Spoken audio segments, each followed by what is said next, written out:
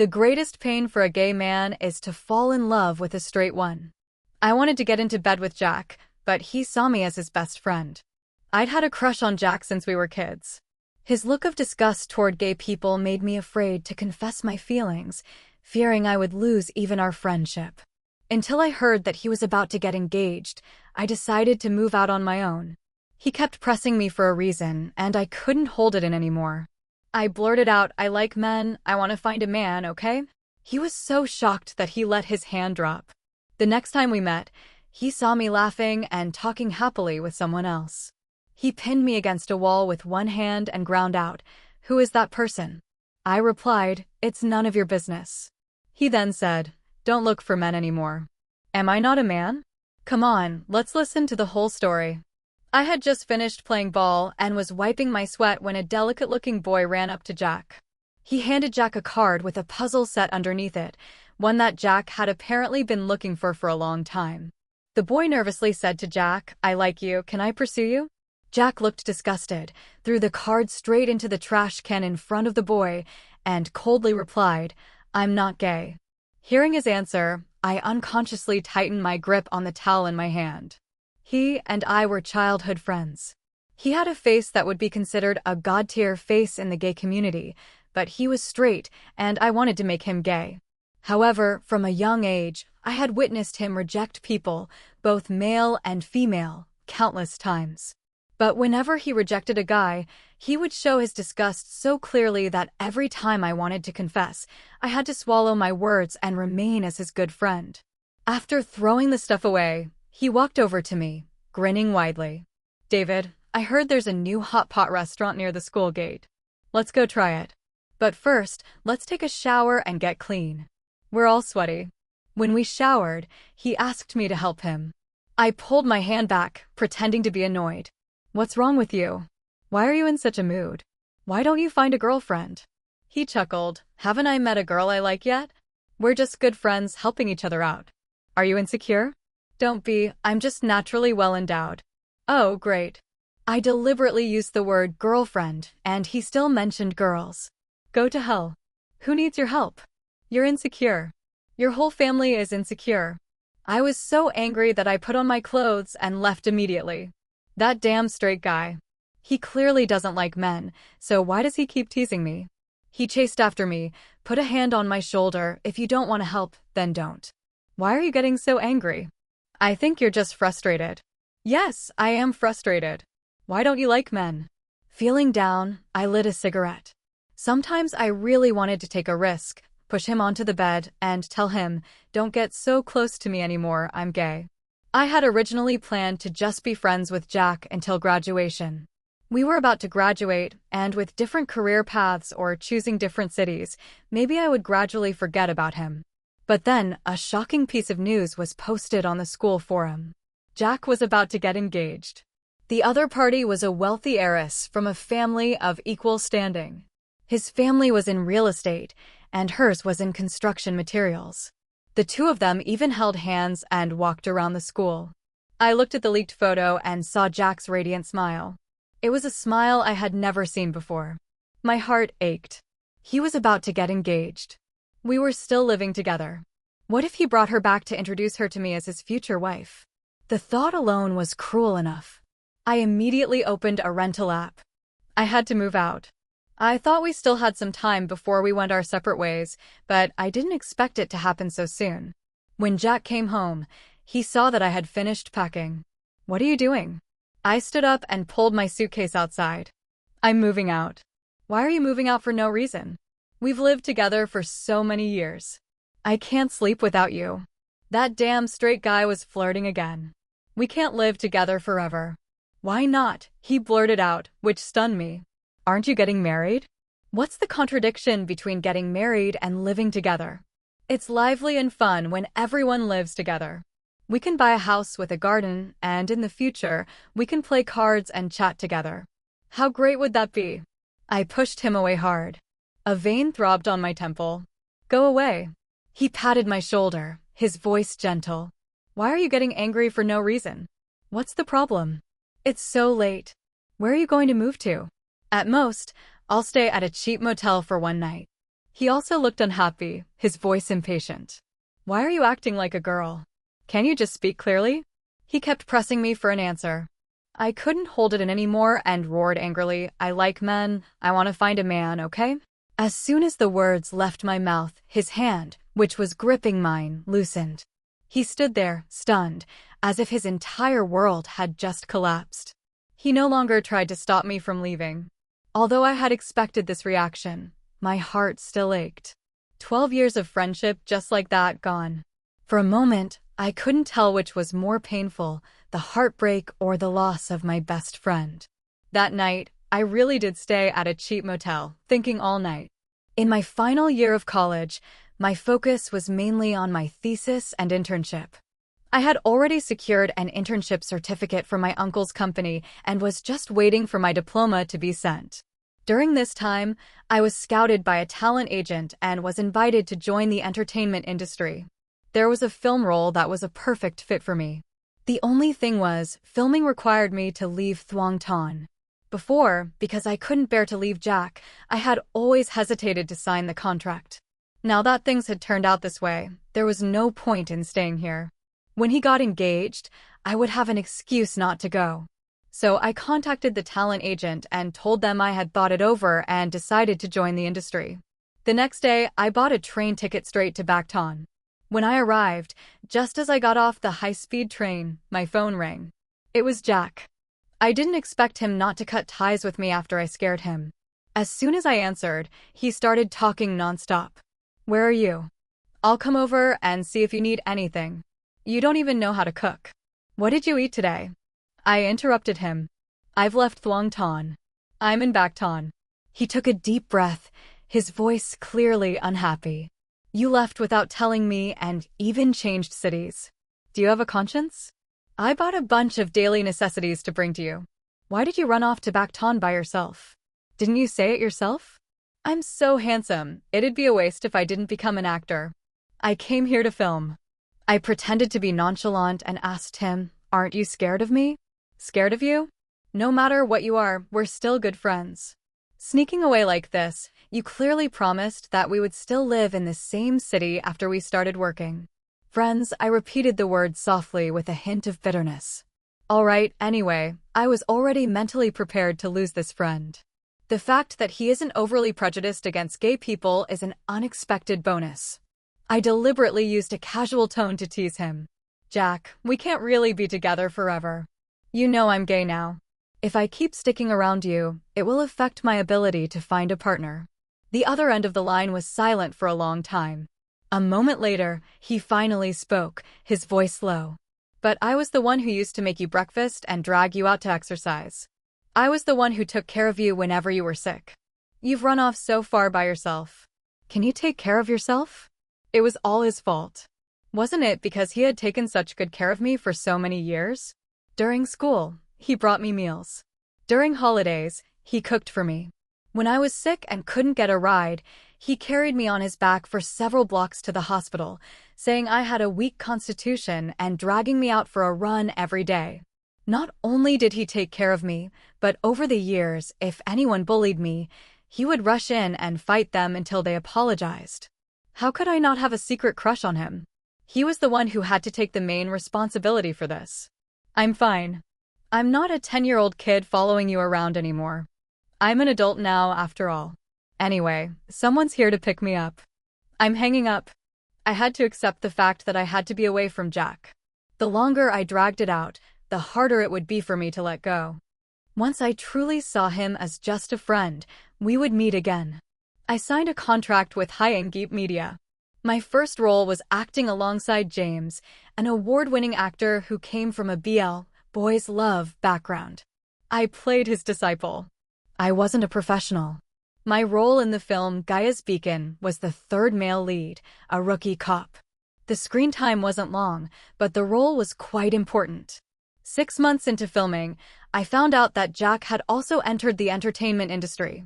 As a singer, a song titled While It's Still Early swept all the music charts and topped the trending searches. Combined with his handsome and charming face as a university student, everyone in the comments section was calling him husband. For more than half a year, I had used filming as an excuse to contact him less, only occasionally checking in. I didn't expect he would be on the verge of becoming a top star. The news stayed on the top searches all day long. I opened the video to watch. He was wearing an unbuttoned shirt with a spotlight on him. He sat on a high stool, one leg on the ground, holding a guitar. He had a slightly melancholic expression, combined with a deep, sad, husky voice. His love songs were indeed very impactful. After listening to him sing, I opened the comments section and also typed husband before being quickly buried by new comments. After typing it, I laughed. I was such a coward. I only dared to join in the fun with everyone else. Just think, if I really called him that to his face, how scared would he be?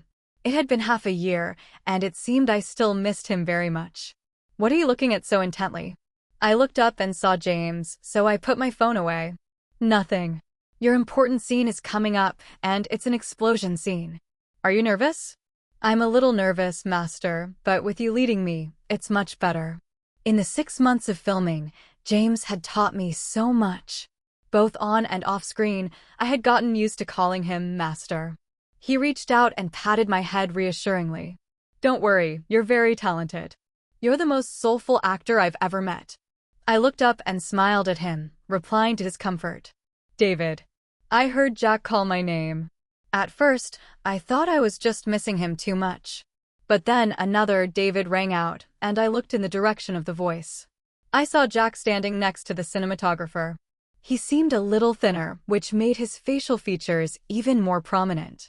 His black hair had been dyed flax brown, and he was wearing a comfortable black outfit. Even though I had seen many outstanding faces in the entertainment industry, he was not in the least bit inferior. The way he looked at me and James was deep, scrutinizing, and with a hint of displeasure. After half a year of not seeing each other, I didn't think twice and excitedly ran toward him. I couldn't stop in time and ran straight into his arms. He held me. Why are you here? His hand gently pinched my waist. I came to visit you. We haven't seen each other in half a year. You seem a little taller and a lot thinner. I was startled and immediately pushed his hand away. There are so many people here. If my legs gave out and I fell, it would be so embarrassing. The moment we met, he was already taking advantage of me, that damn straight guy. But between men, a pat on the shoulder or a hug was no big deal. I awkwardly turned around to explain to James, he's my friend. James nodded, said he had to prepare for his scene, and left. Jack reached up and ruffled my hair a few times, very roughly. What are you doing? My hair's all messy. He tilted his chin toward James's back. Who is that? What's your relationship with that man? His expression was extremely cold, his lips pressed tightly together, looking uninterested as if he was just asking casually. I joked with him, my voice full of admiration. James is my master. He taught me so much during filming. He's handsome, right? He won an award for Best Actor at only 30. He's my idol. I wonder if I have a chance if I pursue him. I was just saying it for fun. Of course, I couldn't really pursue James. You two aren't compatible. Jack grabbed my arm and replied very quickly. Almost the moment I finished speaking, he immediately refuted it, his tone both rushed and cold. All right, I guess you're right. He's such a good master. I'm sure a lot of people are pursuing him. It's not my turn. His grip on my arm tightened a little. He looked me in the eyes, very seriously. You deserve anyone, but you two aren't compatible. He even had dating rumors with Daniel. If anyone isn't compatible, it's him not being compatible with you. I was almost lost in his eyes, so I quickly pulled my hand away, avoiding his gaze. I was just joking. I'm not that insecure. You wait for me for a bit. My scene is coming up. I have to go touch up my makeup. Why did you come without contacting me to ask for my schedule? He said with a hint of grievance, but you're always busy. I was afraid that if I asked, you wouldn't let me come. I just happened to have a schedule nearby, so after I was done, I came over on my own. We haven't seen each other in half a year. We've never been apart for so long. Don't you miss me at all? This whiny tone, are you really a straight guy? I really am busy. After today's final scene, I'll treat you to dinner. Today's scene was about kidnappers placing a timed bomb on the police officer played by James. As his disciple, I had to disarm the bomb myself. In the final moments, after I disarmed the bomb, I found out it had a secondary trigger. For my master, I grabbed the bomb and ran away from him. I died in the explosion. That was my final important scene. During the explosion scene, an accident occurred. Of course, the bomb wasn't real, just a few small explosive points buried. The master didn't control the range, and a real fire broke out. Because I had just run to the position of the large door, I was able to escape immediately. Once outside, I looked around and didn't see James. I suddenly remembered that in the script, he was tied up with a rope. The director was very meticulous. Otherwise, my role wouldn't have been so important that it took half a year to film. It was precisely because we had to reshoot so many times. Just now, to get us more into character, the director had let everyone else leave first so we could do a practice run after adjusting the cameras. Who knew an accident would happen? I was about to go back inside. Suddenly, a pair of hands grabbed me tightly, pulling me into his arms. His hands were still trembling. He said, "It's good that you're okay." The crew said there was a fire. I rushed over, scared to death. It was Jack. "You let go of me first. I'm going in to see Master. He hasn't come out yet. Are you really willing to go back into such a dangerous place for him?" His voice was very hoarse, as if in disbelief. He was tied up just now for the scene. "It's very dangerous. Is it not dangerous for you to go back in?" I anxiously pushed him away, yelling softly, "But I have to save him." James was both a teacher and a friend to me. There was no way I could just stand by and do nothing. If I hadn't been so flustered just now and had gone back to untie him earlier, maybe he would have escaped with me. He doused himself with a bottle of water, his eyes red, and he shouted at me excitedly, "Don't you go anywhere. If you want to go, let me go, okay? I'll go in and see him. I'll go save him. I'll make sure he's okay, all right." I could go in myself, but I couldn't let Jack go in. I was the one who was now holding onto him tightly, not letting go. While we were struggling, James safely escaped, his face only slightly blackened by the smoke. Seeing that he was okay, I immediately ran over, grabbed his arms, and checked him all over. After confirming that he was fine, I let out a sigh of relief. "Master, it's good that you're out. I was so afraid you'd get burned." He reached out and wiped a tear from my eye, glancing at Jack behind me. There was a look of understanding mixed with a hint of teasing in his eyes. "It seems you were really worried. Worried to the point of crying." I learned how to untie a rope for the scene to play a cop better. I untied myself and came out. There's probably no one left inside. It's just that the set burned down. We can consider it a blessing in disguise. My crying from worry was because of Jack. When he said he wanted to go inside, it made me panic and lose my composure. "You took so long to save someone." "I'm so sorry, let's go celebrate." Surviving a great disaster means there will be great blessings to follow. This movie is definitely going to be a huge hit. I laughed awkwardly and was about to turn around and ask Jack to come with me when I saw that he had disappeared. Thinking about how wet he was, he probably went to change. I went back, took a quick shower, and texted Jack. "We're going to the hot pot restaurant nearby later to celebrate our survival, including Master. Are you coming?" The answer I got was that he had an emergency schedule and had already left. That time, he was busy, and so was I. He was busy with theme songs for many TV series. After the film wrapped up, I also gained a bit of popularity from the behind-the-scenes photos and started receiving a lot of scripts. The company signed me up for a reality show called The Journey of Sunshine. Because James was participating, many people were already shipping us before the show even aired. The show also wanted to create a buzz. Otherwise, with my status, I probably wouldn't have been enough to participate in this show. The invited guests were all top-tier actors, actresses, and supermodels. The show began with a total of 4 men and 2 women. Besides James, there was the Triple Crown winner Daniel, actress Serena, and rising star Luna. The last person, to my surprise, was Jack. He looked even thinner than the last time I saw him. He was wearing a white t-shirt and a brown windbreaker, and his collarbones looked so prominent that it seemed like the wind could blow him away. This guy was worried that I wasn't eating properly. Who is the one who isn't eating properly here? When the tasks were assigned, the girls cleaned the dishes and the guys were in charge of the food. The company told me to interact with James as much as possible, and I was happy to do so. I put my arm around James's shoulder and joked, "Master, I saw a river over there just now. Let's go catch some fish." When I put my arm around his shoulder, Jack slightly raised his eyes and looked at my hand. His expression didn't change much. It was still apathetic, but his eyes were filled with an icy glint that sent a shiver down my spine. James laughed and replied, "Sure." I felt another gaze, which was Daniel's. His face was as dark as ink. If Jack's gaze was ice, then this guy's was fire. He stared at my hand as if he wanted to burn a hole through it. This scene of ice and fire clashing made me instinctively retract my hand. Daniel even squeezed in between us and insisted on going fishing with us. James coldly replied, "You and Jack are in charge of picking vegetables. It's too troublesome to teach you how to fish." There was definitely something ambiguous between those two. When James and I left, Jack still didn't say a word, only looking at me with a particularly gloomy expression.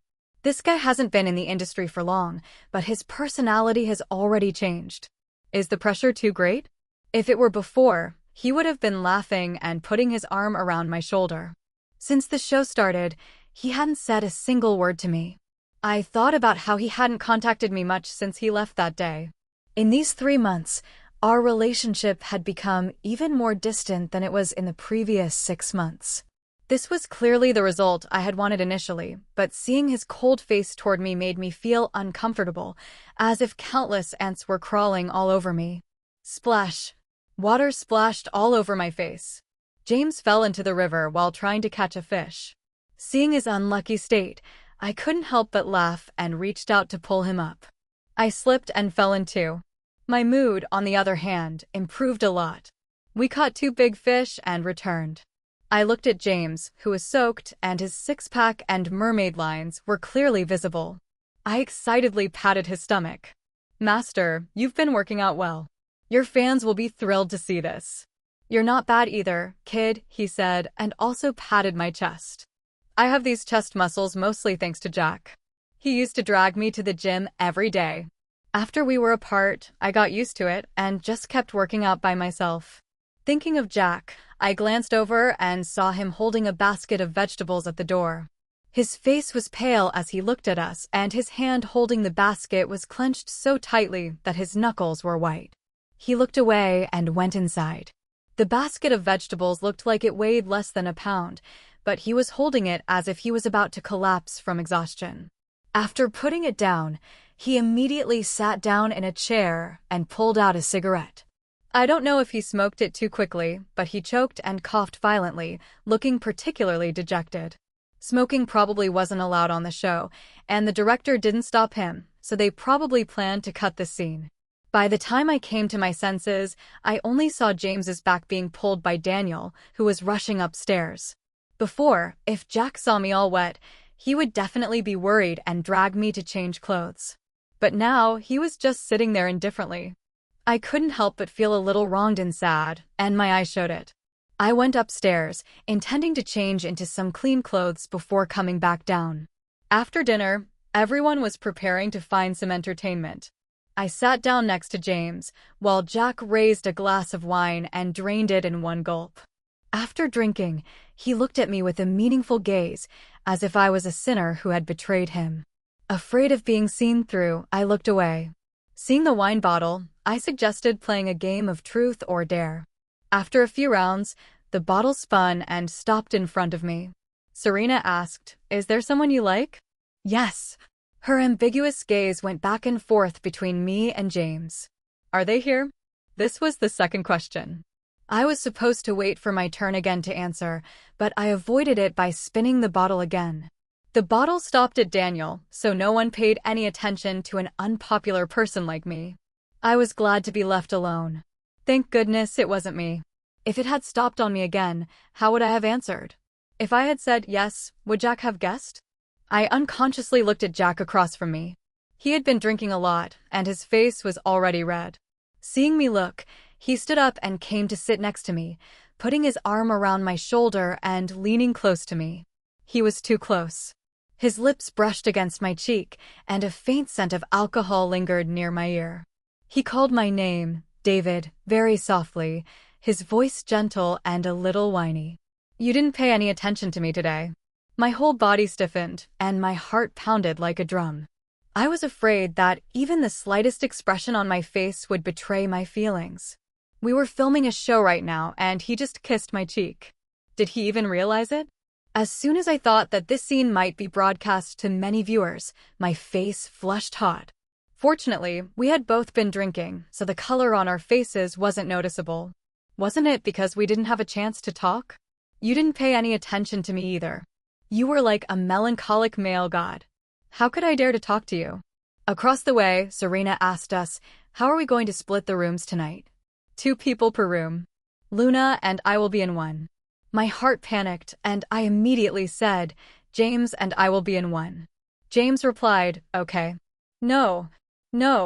2 voices of protest rang out at the same time, Daniel's and Jack's. Why not? I hadn't never slept in the same room with Master before.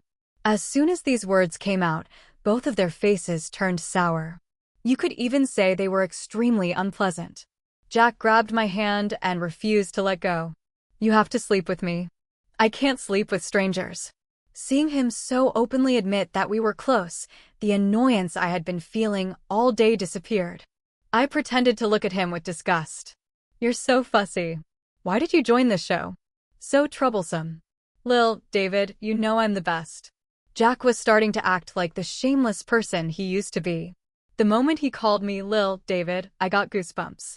Okay, don't call me that. Jack didn't say anything else and pulled me straight upstairs. As soon as we entered the room, I lay down on the bed, seeing that Jack was still looking at me without moving.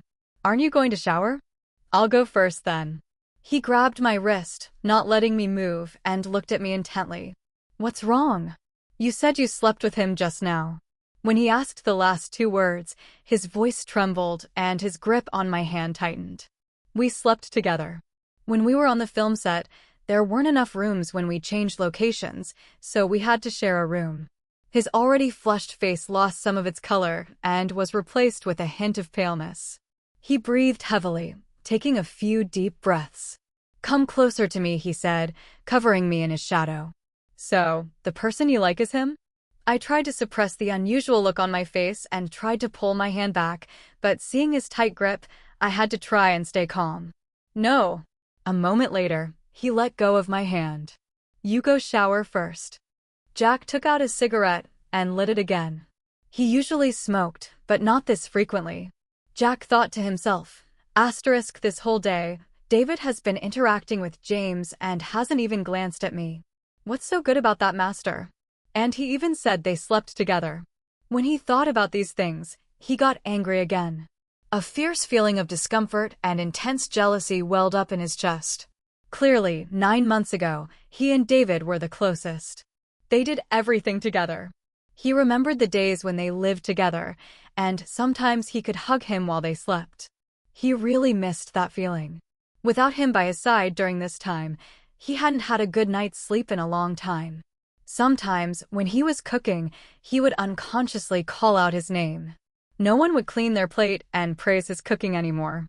Initially, when David said he liked men, Jack was very surprised and his mind was in a mess, but he never thought of cutting contact. When he found out that David wanted to join the entertainment industry, he followed him without hesitation. It took some time to find his footing, but it only took half a year. Yet, David had already become so dependent on another man and was so good to him. Jack really couldn't stand to watch. Every time he saw him smile brightly at James, with that look of admiration in his eyes, his heart felt like it was soaking in a vat of vinegar. He just wanted to turn David's face to him, or even lock him up, so that he would only look at him. That day, he almost rushed into the dangerous fire for James. Jack was so heartbroken that he wished he was the one trapped so that David wouldn't have to worry about anyone else. But he couldn't just watch David walk into danger. When he saw them interacting intimately, he wanted to vent his rage through violence, preferably by fighting that guy James. But there was no reason to. The man was always polite and measured. If he were to act rashly, it would only make David more disgusted. So he cowardly turned and left the set, saying he had a schedule, when in reality, he just didn't want to see them being intimate anymore. Just now, when he heard they had slept together, he was so angry that a wave of jealousy rushed up, painful as if it was tearing him apart. He wanted to immediately drag the other man out and beat him up. At that time, he didn't understand why he got so angry every time David was good to someone else. He didn't think he was gay. If he were, he would have felt disgusted when so many men confessed their feelings to him before. So, what were these reactions? He still hadn't figured it out in the past 3 months. Until today, when those strong emotions had been surging all day. He almost couldn't hold it in anymore. He finally saw it clearly. He liked David. He wanted David. He didn't like men. It was just that the person he liked happened to be a man. David liked men, so wasn't that a good thing? He wasn't a man? David didn't need to go looking for another man. It was enough just to be with him. He liked seeing him rely on him for everything, coming to him for everything. For the past 9 months, he missed the old David, not the one who only coldly replied to him with a few words on a messaging app, always using the excuse of being busy to brush him off, and wasn't happy to even have a few more words of conversation. But he not only slept with James, but also had someone else he liked. Who was it? Was it that white-haired guy from middle school who was always clinging to him to copy his homework, that silly slacker? Or was it from high school? That student council president who was so serious and annoying? Or in college, that basketball team captain who was all height and no brains? Damn it. Why did everyone seem suspicious? Why didn't he find out that he liked men sooner so he could eliminate the love rivals? After I got out of the shower, I saw that Jack was smoking again, and the smoke was thick. I walked over and snatched the cigarette from him. It stinks. Why are you smoking so much today? Did something upset you? Tell me. Why have you been avoiding me lately? His question startled me, and I took a drag from the cigarette I had just snatched. I haven't been avoiding you. I just joined the company and started filming, then I had to take acting classes, and then I had to film again. I've been so busy. Didn't you become famous yourself after that? I thought about this and glared at him. You're the one who's famous now. You're the one who doesn't have time for me. You didn't even say hi to me today. You were just following James around all day. You've only known him for how long? Isn't this what the company told me to do? Interact with him more so it's easier to promote later. Go take a shower. He muttered softly, his voice sounding particularly cheerful. Oh, so it's to create a scandal. He stood up and, as if he was drunk, fell onto me on the bed. He drank so much tonight. He's a complete drunkard. I wanted to help him up. He seemed really drunk, burying his head in my neck, his light, feathery breath sending shivers down my body. I turned my head and saw that he had already closed his eyes and fallen asleep. I tried to push him away, but he wrapped his arms tightly around my waist and mumbled, "Don't move. I haven't had a good night's sleep in a long time. Just let me lie here for a bit." He lay there like that, and Jack slept on top of me all night. In the middle of the night, he felt thirsty and seemed to have found a water source that he drank from for a long time. The next morning, I woke up with my body and mouth aching. The next day, James announced that he was withdrawing from the show. On the last day of the 3-day filming, everyone decided to hold a farewell party for him. Jack was particularly enthusiastic, showing no sign of the dejection he had displayed for the past 2 days. Who would have thought that an accident would happen? James was bitten by a snake, and Daniel rushed him to the hospital, even publicly announcing it on social media. The show was immediately suspended. I watched it, feeling both worried and admired. How much must you love someone to be willing to be banned from TV and still want to tell the whole world about your love? Jack, on the other hand, was grinning widely. So James and Daniel really did have something going on. Don't say it like that. Didn't he write that it was unrequited? Jack's smile suddenly became very tense. He has so many rumors with other people, and you still haven't given up? Given up on what? I don't have any feelings for him. You don't have feelings for him? Then who do you have feelings for? That day you said you liked someone, and I've been thinking about it, but I can't figure out who it is. Who is it? This blockhead. Who else could it be? It's you. He had been paying special attention to James these past few days, and every time his name was mentioned, he would reek of jealousy. Could it be that he also had feelings for me? Should I just be honest? I was about to take a chance when a piece of news suddenly popped up on my phone. The son of a real estate mogul and the daughter of a construction materials tycoon are about to get married. Last month, the two families had a private dinner and had a very pleasant conversation. The article included a blurry photo. The photo was very blurry, but I could still recognize the people in it, Jack and his parents. The girl was the one I had seen on the school forum, and the strange couple were probably her parents. I had been so caught up in my own feelings, thinking that his attitude these past few days was because of jealousy. It turned out that he was secretly about to marry someone else. The two families looked so harmonious and happy. The more I looked, the angrier I got. I wanted to smash the phone in my hand and beat up the person who was innocently teasing others in front of me. I angrily turned off my phone and said, "You go. I'm going to the hospital to visit Master." The reality show had to be stopped. The company arranged a new web series for me to film, a two-male lead historical drama. Although it was a low-budget web series, my manager told me to seize this opportunity. If this drama did well, I might become famous overnight. After visiting James, I took a car straight back to Thuong Ton and went directly to the film set. The director told me to get to know the other male lead more and build a rapport first. The first scene might be a kissing scene, so it would be less awkward when we filmed it. We got to know each other. This time, my co-star was also a newcomer like me. He was from a boy band and his name was Leo. He was quite relaxed and came over with all sorts of chewing gum, asking me, "Choose one." "I'm going to eat one later." I thought about my first kiss, which was still intact, and was about to give it to someone for a film. Fortunately, the other person was also very handsome. "You choose one too." "I'll chew one as well." This director didn't give us any time to prepare. He was setting up such an intimate scene right from the start. This director had made a lot of popular films, so I had to do a good job. We decided to practice the scene. We had just finished our lines and were about to do a fake kiss using camera angles when someone pulled me away. I turned around and saw Jack's face, which looked like a storm was coming. His eyes were bloodshot, and his black jacket still had some moisture on it. It was clear that he had just traveled a long distance. "Why are you here?" He didn't say a word and pulled me, trying to leave. Leo was a little worried and grabbed my other arm. "Who is this person?" I saw Jack's facial muscles twitch. He stared at my wrist, which was being held, and his eyes turned even redder. The anger in his eyes was almost uncontrollable, like a wild beast whose territory had been invaded by another animal. He always looked like this whenever he was about to hit someone. I immediately said to Leo, "It's okay, he's my friend. He probably needs to talk to me. Can you tell the director for me?"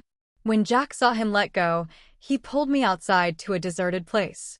He pinned me against a wall with one hand and ground out, "Who is that person?" My anger still hadn't subsided, and I didn't want to pay any attention to him. "It's none of your business. Don't look for men." Am I not a man? His words made my head buzz. What did he mean? Did he mean what I thought he meant? "You? What do you mean by that?" He put a hand on the back of my neck, pulled me closer, and leaned down, his forehead touching mine. "I'm saying I want to be your man. Don't interact with other random people anymore. It makes me very uncomfortable, and I want to fight them." "But aren't you straight?" "I like you because you're you. It has nothing to do with whether you are a man or a woman." I originally wanted to give myself and you some time to accept it, but you keep running away at the slightest opportunity. Then there are always different people around you. I get annoyed just looking at it, and I can't wait another second. "Are you confessing to me? Is that it? Can you give me a chance? Forget the person you like." "I can't." His face fell, and his eyes were filled with immense sadness, like a stray wolf, both ferocious and pitiful. My heart softened just looking at him. "You idiot. Is it possible that the person is you?" His sadness turned to joy. He hugged me tightly and kissed me until I was almost out of breath before letting go. I felt a sense of familiarity and remembered the feeling of drinking water in my dream that night, which was exactly the same. "You stole a kiss from me that night?" I hadn't seen you sleep in a long time, and I woke up in the middle of the night to get some water and couldn't help myself. Damn it. My first kiss was gone so unclearly, and I didn't even know what it felt like. I'll make you feel it again, he said and was about to kiss me again. I put my hand on his chest. Wait. You still haven't explained the engagement thing. Engagement? What engagement? He asked, looking confused. Stop pretending. The tabloids and news sites have posted it so many times. Everywhere I look, I see pictures of you meeting that girl's family. Oh, you mean Mia? She's my distant cousin. She came back to visit this year, so I took her on a tour of the school and a few other places. That dinner was hosted by her family to thank mine for our hospitality. He thought for a moment. So you've been jealous since then? No wonder you suddenly wanted to move out after living together for so many years. I turned my head away. No, I just felt that it was bad to rely on you so much. Sooner or later we would have to part ways. He pinched my chin, turned my face back, and said, no. We're never going to be apart in this life. After saying that, he kissed me again fiercely. I had to coax him for a long time before Jack agreed to let me continue filming. He said that kissing scenes should use camera angles. I thought that wasn't very professional. I kissed him more than 10 times, and my lips were almost chapped before he agreed to just this once. However, when filming started, the investor of the film, Richard, came to the set in person. He demanded that all kissing scenes in the film use a distant camera angle or be replaced with shots of animals kissing. All intimate scenes were cut. Since the investor had spoken, the director naturally followed his orders. This made Jack incredibly happy. He said that if I ever filmed anything again, he would also have to invest so he could have a say. The next day, I asked for time off from the film set because Jack, this reckless fool, went home that night and told his family that he was gay. His father beat him to within an inch of his life, and he couldn't get out of bed. I was so worried. When I got to his house, his parents even asked me to talk some sense into him.